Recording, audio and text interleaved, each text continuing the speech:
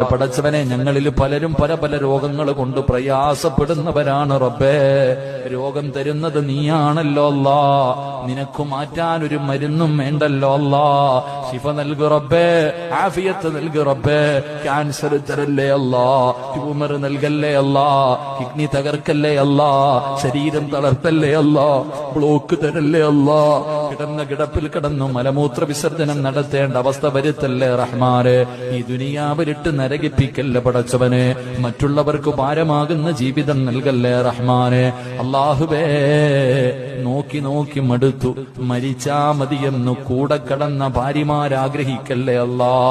ഈ സഹോദരിമാരുടെ ഭർത്താക്കന്മാരാഗ്രഹിക്കല്ലേ അല്ലാ. സ്വന്തം മക്കള് വാപ്പയും ഉമ്മയും മരിക്കാൻ വേണ്ടി ദുആ ചെയ്യുന്നത് വരെ നീ എത്തിക്കല്ലേ അല്ലാ.